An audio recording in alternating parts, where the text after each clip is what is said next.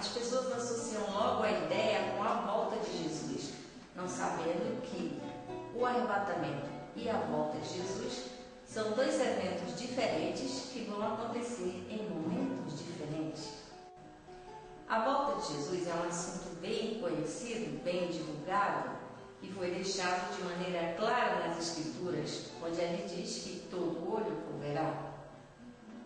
Mas sobre o arrebatamento, poucas pessoas sabem. Foi um fato deixado de maneira enigmática na Bíblia, deixado através de enigmas e parábolas. Se trata de um evento reservado apenas para alguns que serão retirados da terra. O mundo não verá. A Bíblia diz que será um momento particular, uma festa chamada de As Bodas do Cordeiro. Em Apocalipse nós lemos: bem-aventurados aqueles que são convidados para as bodas do Cordeiro.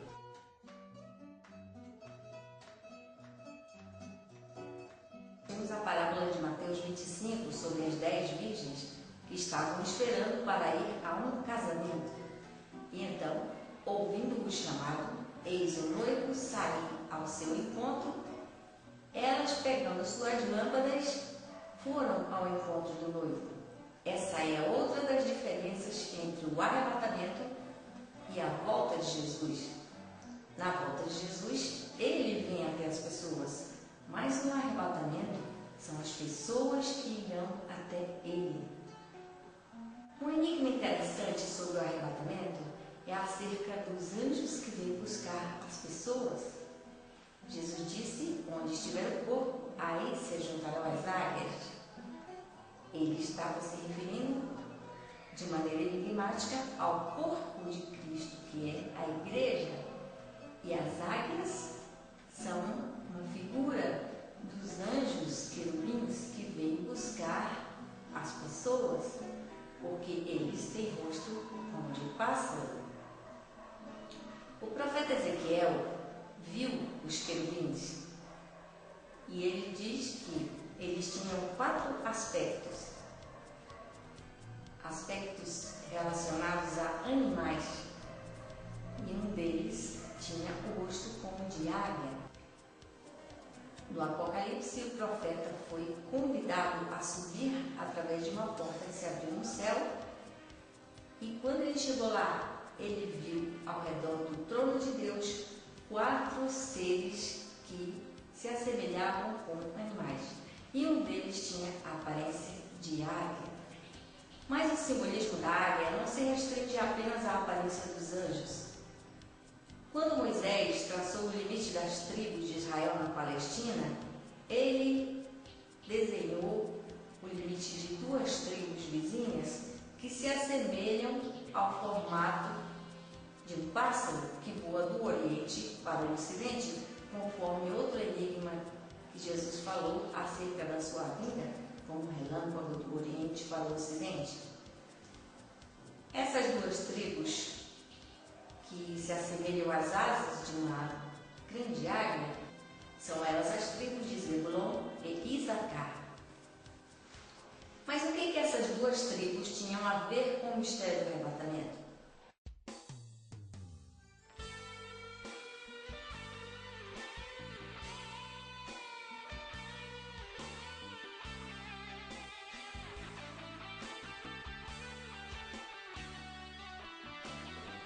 Essas 2 referências são em relação ao arrebatamento. Levarão os povos ao monte e a ressurreição dos mortos, os tesouros escondidos na areia. Pode ser também um enigma quanto à descoberta dos enigmas do tempo do fim, descobertas arqueológicas, e ainda pode ser um enigma às descobertas de riquezas materiais, como o petróleo, por exemplo. Zebulon, alegra-te nas tuas saídas marítimas. Zebulon servirá de porto a navios. Zebulon tem uma identificação com viagem, com trânsito. A palavra Zebulon vem do acadiano Zibalu e ela significa levar para cima, morada alta. já tinha um perfil mais calculista, mais racional. Os filhos de Issacar eram destros nas ciências dos tempos. Se nós juntarmos a ideia de Zebulon, viagem, com a ideia de Issacar, que eles eram estudiosos dos tempos, nós entenderemos que esse grande pássaro, o qual simboliza o arrebatamento, ele diz quando e como nós iremos atravessar para ir ao encontro do Senhor nos ares.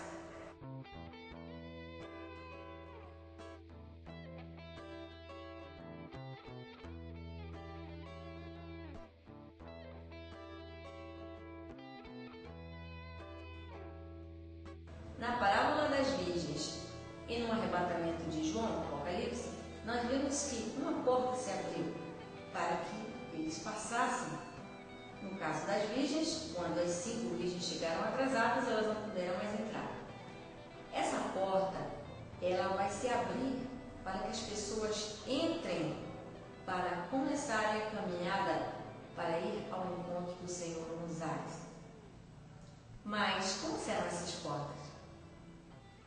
O Apocalipse 21 fala sobre as portas de Jerusalém. Aí diz que as portas são como pérolas. Certamente são portas circulares.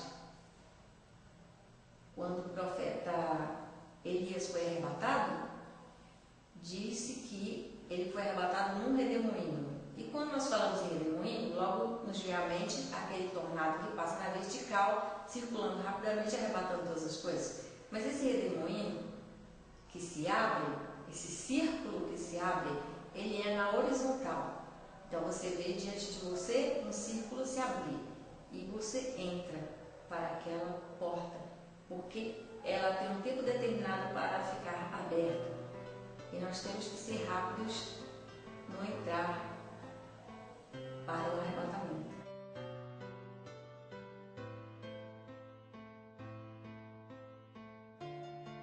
Quando Moisés traçou o limite das tribos, ele teve um propósito profético. E também quando ele ordenou a colocação de cada uma das 12 tribos no lugar correspondente ao redor do tabernáculo, ele também teve um propósito profético.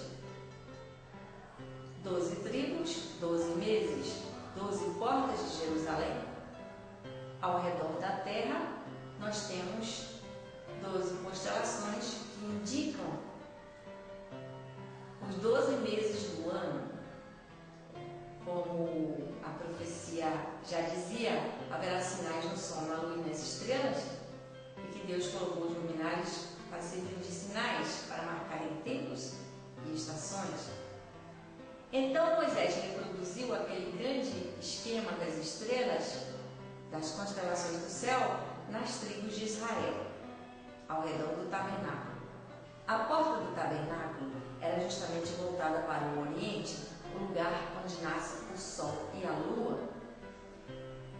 E ao lado oriental do tabernáculo estavam as tribos de Zebulon, Issacar e Judá. Algumas pessoas se escandalizam quando falamos a palavra astrologia, mas quando Jesus nasceu, muitos sábios conhecedores das Escrituras não chegaram até onde estava o menino, mas os sábios do Oriente chegaram até lá.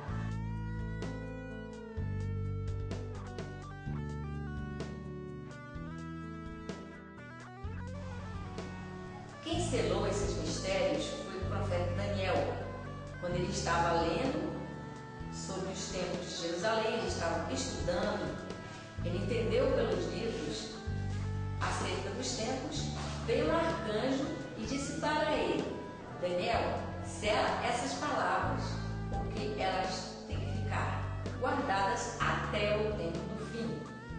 Lá no Apocalipse nós vemos muita gente lamentando, chorando, porque não podiam abrir o livro, não podiam saber os segredos que ali estavam.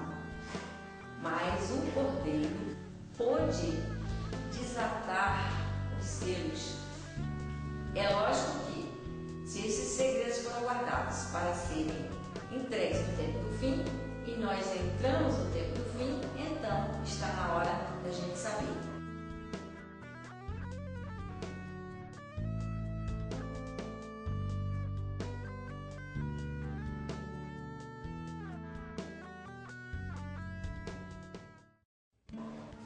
Quando o profeta Ezequiel viu os serafins, ele os viu no dia 5 de Tammuz, que corresponde ao 21 de junho, que é a entrada do verão na Palestina, a entrada do verão da Bíblia. Jesus Cristo falou um enigma sobre a entrada do verão.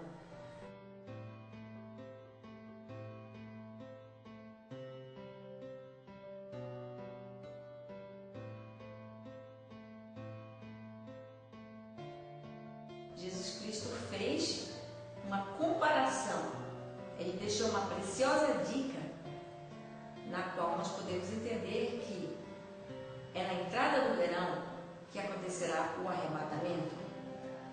E exatamente no relógio de Moisés, a entrada do verão corresponde à constelação de Gêmeos, que é relacionada às tribos de Zebulon e Issacar. Deus tem revelado muitos mistérios para o mundo através de livros de escritores famosos, de construções, como por exemplo a construção de Brasília, que foi feita como um pássaro que voa do Oriente para o Ocidente. Ela foi construída dentro de 3 anos e meio.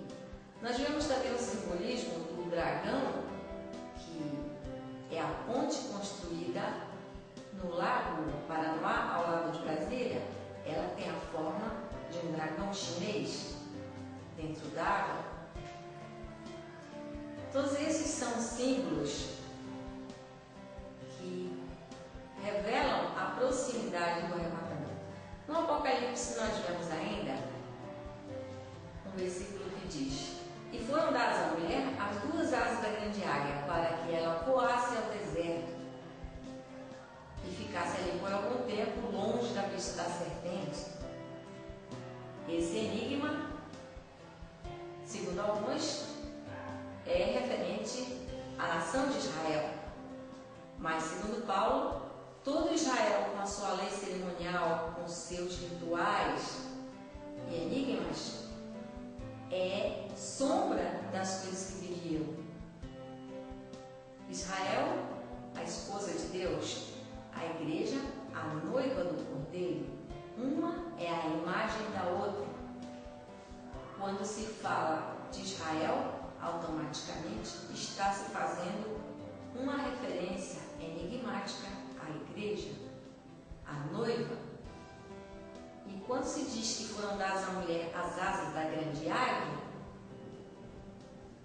se dá a entender que a ciência de Issacar com a aventura de Zebulon são as 2 asas que nós precisamos para ir ao encontro do Senhor nos ares.